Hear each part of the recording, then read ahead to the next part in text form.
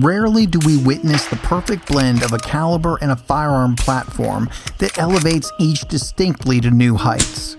Throughout history, we can pinpoint a few instances where such perfect unions have occurred. The timeless duo of the .45 ACP in the 1911, the iconic pairing of the .30-06 and the Garand, and the renowned match of the 5.56 and the AR platform exemplify this phenomenon. In this vein, 8.6 Blackout and the Q-Fix emerge to me as yet another legendary combination, seemingly destined for one another. I know many of you are thinking those are all military rifles and the 8.6 will more than likely never be used by the military, and I would probably agree. But I would like to bring up that Russia has this in their arsenal and it would fill the exact same role as a fix chambered in 8.6. Deep cover, clandestine operations where stealth and removing a problem covertly are paramount. The combination of the 8.6 Blackout caliber and the Q-Fix rifle are so perfect together, it's like they were made for one another, which is highly likely since they were both designed by the same company, and each distinctly makes the other better. As a fortunate owner of multiple 8.6 Blackout rifles, and having experienced the fix in various calibers, I can confidently say that this is the finest 8.6 Blackout rifle I have ever fired, and in my opinion this is also the best caliber to have the fix rifle in, as 8.6 complements the unique features of the fix. A huge thank you goes out to Peace of Mind Guns. Without them, this video would not be happening. I bought my fix there, and Mason and the guys are a true pleasure to deal with. Peace of Mind is also a Q top shelf dealer, meaning everyone is trained and can answer your questions about Q products. No blank stares when you ask the difference between a sugar weasel and a honey badger. So go check out Peace of Mind Guns and give them some love. One cannot help but be impressed by the remarkable attributes of this dynamic duo. The Q-Fix in 8.6 Blackout. Their union results in a discreet yet potent package, compact in size and boasting a featherweight design. The combination of the 8.6 Blackout and the Q-Fix represent perfection in form meeting function. In case you haven't heard of 8.6 Blackout before, the basic premise is it is as quiet as faint footsteps in the woods, yet hits like a freight train. 8.6 Blackout was developed by the same team behind the 300 Blackout and the fixed rifle. It offers a bigger and more powerful cartridge while maintaining magazine capacity. It can be easily adapted to AR-10 platforms as well with just a barrel swap, and uses the same AR-10 mags with the same capacity, and also coincidentally enough the same magazines the fix uses, with heavy projectiles and an innovative 1-in-3 twist rate to help stabilize large subsonic projectiles. It delivers impressive kinetic energy on target, and it is quiet as a crossbow but hits like Mike Tyson.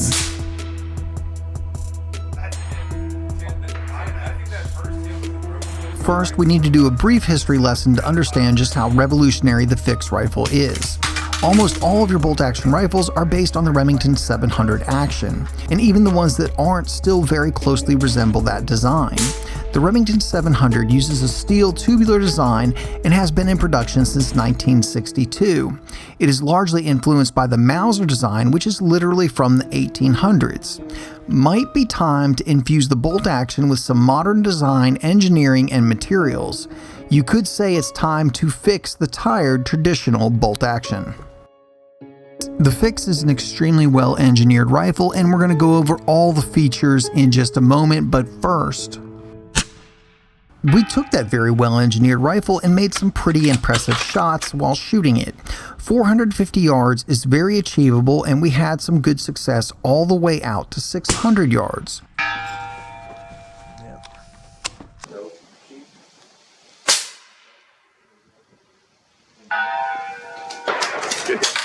Still moves that plate around.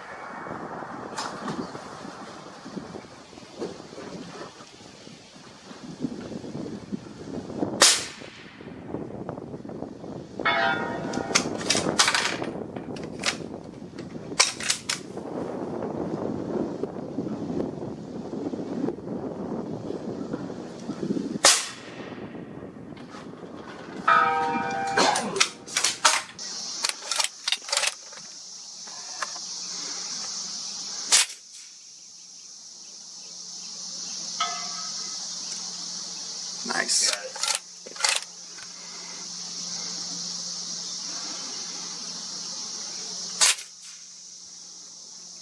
Oh, just to the left.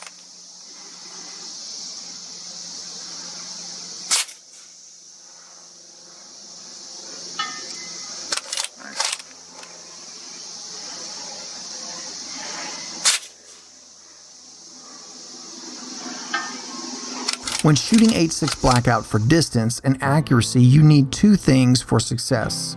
A good barrel, I don't really know who is making the Q barrels, but they are very good, and you need good, consistent ammo. I shoot Callaway Ballistics 8.6 Blackout, and the Callaway Ballistics loading is my loading that I've actually come up with after shooting 8.6 Blackout for some time. One of the most important things is really low standard deviation. Having just a typical normal standard deviation on 8.6 will give you wildly varying shots, especially at distance. You need low SDs to make those shots with consistency, and that's what you'll get with the Callaway loading.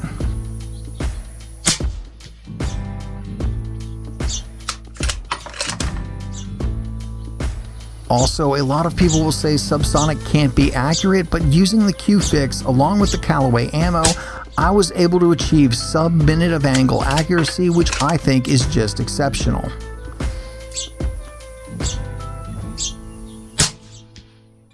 In design, the team at Q took a lot of cues from the AR-15 when designing the Fix. They wanted the Fix to be modular, easy to work on, and customizable. They also wanted the instantly familiar and extremely comfortable ergonomics of the AR-15, and you have a standard AR-15 grip along with the safety in a very similar position as the AR on the Fix. One of the biggest things that I think people overlook about the Fix is it has a one-piece receiver, also somewhat like an AR. This makes the rifle and chassis one in the same, a great deviation from the more typical bolt-action designs. This allows the Fix to shed a great deal of weight compared to a traditional bolt-action. The stock is quite impressive and very well thought out as well.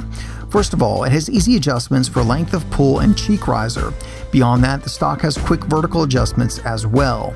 It folds to the right so that it can be collapsed while walking or hiking, then quickly and easily deployed if you need to get off a quick shot.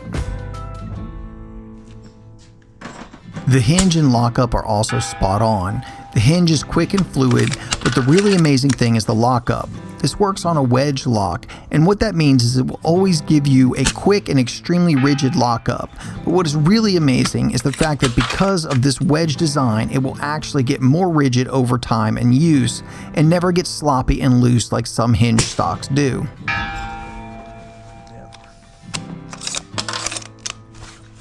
Q also designed the gun around standard capacity, regularly available, affordable SR25 or AR-10 magazines.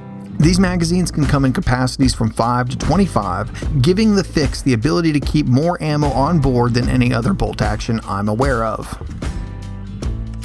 They also wanted to make the Fix a very quick rifle, so they decreased the bolt throw from the traditional 90 degrees seen on most bolt action rifles like the Remington 700 to a mere 45 degrees. This means if needed, you could get off a much quicker second shot.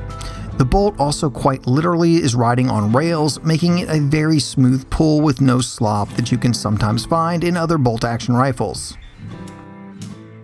You can change the barrel and caliber without a gunsmith on your own. The Fix is compatible with any short-action cartridge, and .308 and 6.5 Creedmoor barrels are readily available.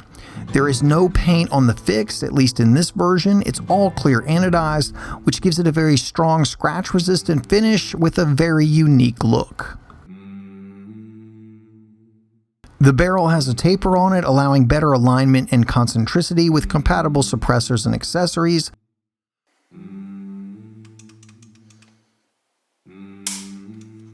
The trigger is a very good 2-stage with a nice clean break, and mine is breaking right at 3 pounds on my scale, with no slop whatsoever. The Fix was designed to be extremely lightweight, and in this configuration, the 12-inch 8.6 Blackout barrel, the Bear rifle weighs in at 5.4 pounds. My rifle, fully equipped with all my accessories, only weighs in at 8 pounds 13.5 ounces, which is extremely lightweight for me, but if you wanted to, you could even do a lighter weight build, and a T25 bit can take the entire gun apart. Basically, you get the idea. This is a very well thought out and very well engineered rifle.